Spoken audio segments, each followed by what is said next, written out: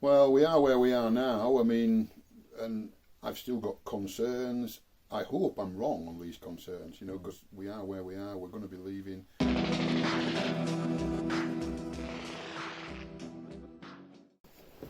Right, well, I'm here with Will, who is a farmer from just outside Keswick in the Lake District in Cumbria.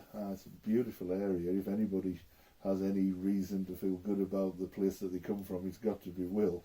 And we're here to talk about Brexit and the impact that Brexit is likely to have upon farming generally and sheep farming in particular. But Will, before we get on to that and talk about the future, what were your thoughts leading up to the referendum?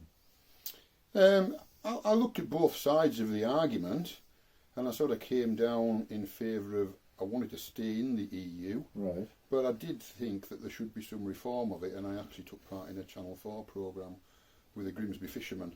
All right. The Grimsby fisherman was totally for leave, and I was for remain, but with some reform of the EU.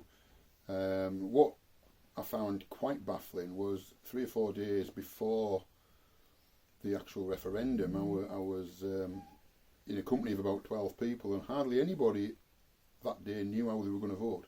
And it was all quite light-hearted, and it was all quite, how are you going to vote, how are you going to vote, I don't know. And then very shortly, all those people who hadn't a clue how they were going to vote 3 or 4 days beforehand became really militant one way or the other. And I think that was a shame, the way Brexit polarised the country, because people actually probably voted for what they thought was best. But, I think some of the arguments from Nigel Farage and co stretch the truth a bit, is my own view. Well, we are where we are now. I mean, and I've still got concerns. I hope I'm wrong on these concerns, because we are where we are. We're going to be leaving. Maybe going to be a deal at the end of December, who knows. But yeah, I've still got reservations, but I hope I'm wrong. I mean, going forward, if we don't get a deal, I think that has huge economic implications, both for farming and every other sector. And if we get a deal of some sort, what does it actually involve? There's still an awful lot of uncertainty as to what the future holds post Brexit, because we actually haven't really got post Brexit yet. No, we haven't. Oh, you mentioned that you think there'll be a lot of issues, and particularly for farming. Talk me through that, because I know nothing about farming. What would be the issues specifically for you?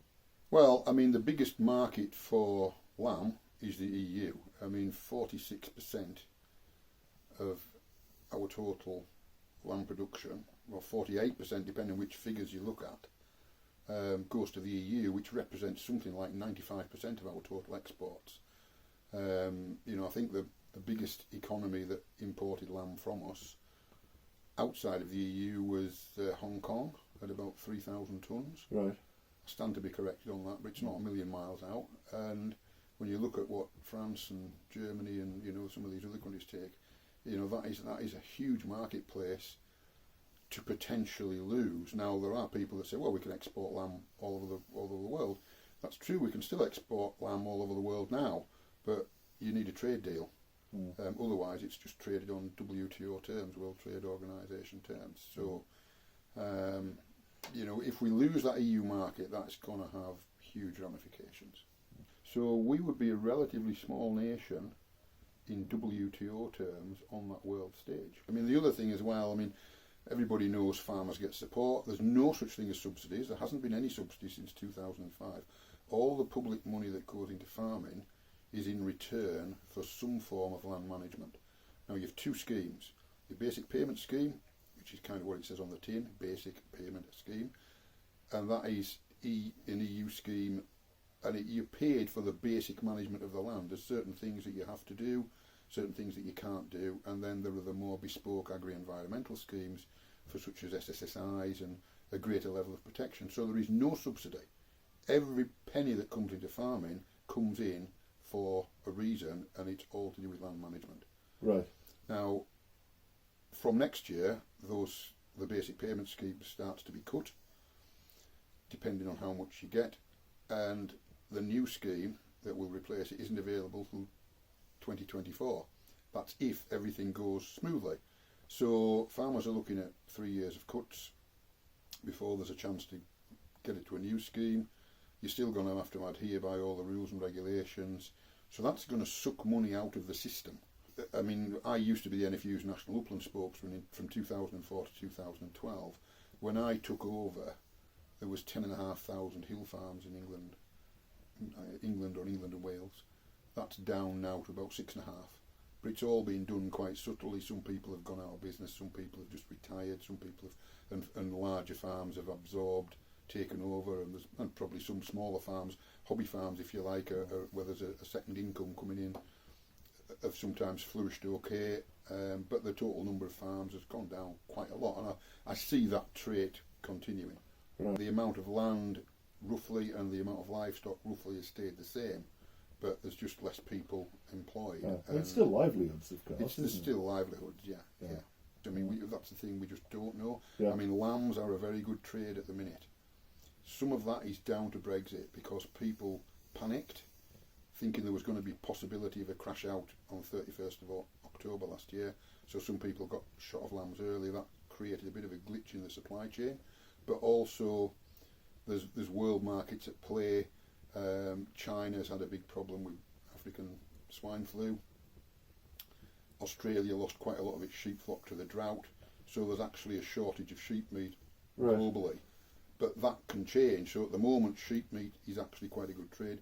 The beef trade has been kind of in the doldrums for the last year, 18 months. There's all sorts of factors that come into play regarding that. But as I say, I come back to the fact that the EU is still our biggest trading partner when it comes to sheep meat. And it's, I think, really, really vital, really crucial that we have a trade deal that enables tariff-free access to that market. Are there any things directly because of Brexit that you can see might actually be positive? Is there anything from this that could potentially be helpful? Well, I think a lot of farmers voted Brexit because they wanted to see a lot less bureaucracy and red tape. Now, whether we'll see less bureaucracy and red tape, time will tell. I mean, the government are saying that it's a red line for them that they maintain environmental standards and food standards and all the rest of it. When it really starts to cut up in the autumn on real nitty-gritty on a trade deal and possible trade deal with America, who knows? I mean, there is definitely a potential upside if we get a lot less regulation. That would be an upside, and I think that is one of the reasons a lot of farmers voted for Brexit, was to rid themselves of some of the bureaucracy. But I think some of the bureaucracy, whilst it originated in the EU, it was to a degree how it was implemented as well. So, we'll have to wait and see on that one. Right. Okay. As you were saying that, and it's almost like me turning the question round again now, but just as you were saying that, I was thinking, well, how does a reduction in bureaucracy impact upon things like food standards? Well, as I say, we have to wait and see. I mean, I think it's vital that we do maintain our food standards. Yeah. I mean, when you come to the environment, for example, I mean, British farming has a carbon footprint that is 2.5 times less than the global average. Really? So that's a positive. We Isn't want to it? maintain that. Right. And the NFU, farming unions, the farming industry in general, are looking to improve on that. We need to maintain standards, but for Brexit to deliver to a lot of farmers that voted for Brexit because of the bureaucracy, it has to deliver alongside a more streamlined bureaucracy system. Can be done, I'm sure it can be done with the right application and the right commitment, but it won't be easy. So, what's your overall view, or is it just impossible to have an overall view with this uncertainty? Well, in the short term, I have definitely got some reservations that Brexit will deliver what a lot of people think it's going to deliver. I mean, it completely polarised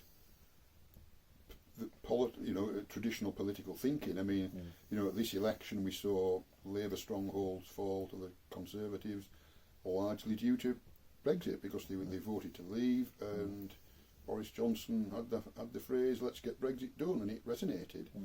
But going forward, whether Brexit delivers what people think it or thought it was going to deliver, I think the jury's definitely out on that. I mean, I remember on the day of the referendum, there was a lady from Sunderland, obviously quite a poor, just a young woman, and obviously not a wealthy woman at all. And I had some sympathy for her because she said, well, nought can be worse than where we're at, in a sort of Macam accent.